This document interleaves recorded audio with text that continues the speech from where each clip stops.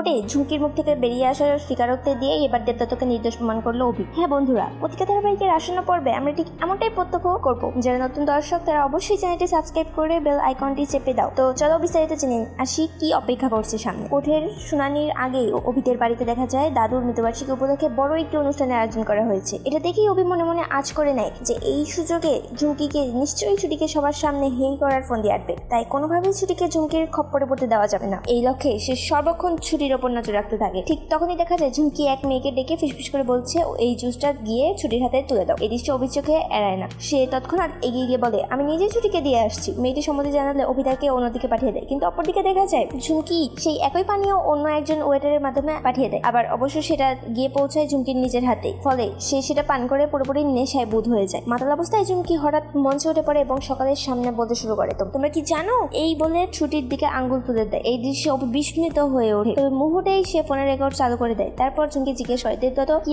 আসলেই খুন করেছিল? তখন ঝুঁকি বলে না, দেবদত্ত কখনোই কাউকে খুন করেননি। খুনটা করেছে ওই রুমা কাঞ্জিলাল, আর সমস্ত দোষ চাপিয়ে দেওয়া হয়েছে দেবদত্তের ঘাড়ে। এই কথা শুনে অভি হতবাক হয়ে যায়। এইভাবেই ঝুঁকির মুখ থেকে সমস্ত গোপন তথ্য বের করে আনতে সফল হয় সে। সব প্রমাণ নিজের হাতে এসে জমা হয়। কোর্টের পরবর্তী শুনানির দিন এসে গেলে অভি সেখানে উপস্থিত হয় এবং ঝুঁকিকেও টেনে এনে হাজির করে। কিন্তু যখনই বারবার তাকে দিয়ে স্বীকারোক্তি আদায় করার চেষ্টা করা হয়, ঝুঁকি কোনোভাবেই মুখ খুলতে রাজি হয় না। তখন অভি বুঝতে পারে সে ইচ্ছাকৃতভাবে চুপ থাকছে। তখন সে শান্তভাবে বলে ঠিক আছে ঝুঁকি, আপনি যদি সত্যি স্বীকার না করেন তাহলে আমি নিজেই সেই প্রমাণ আদালতের সামনে তুলে ধরব, যেখানে আপনি নিজের মুখেই সব কবুল করেছেন।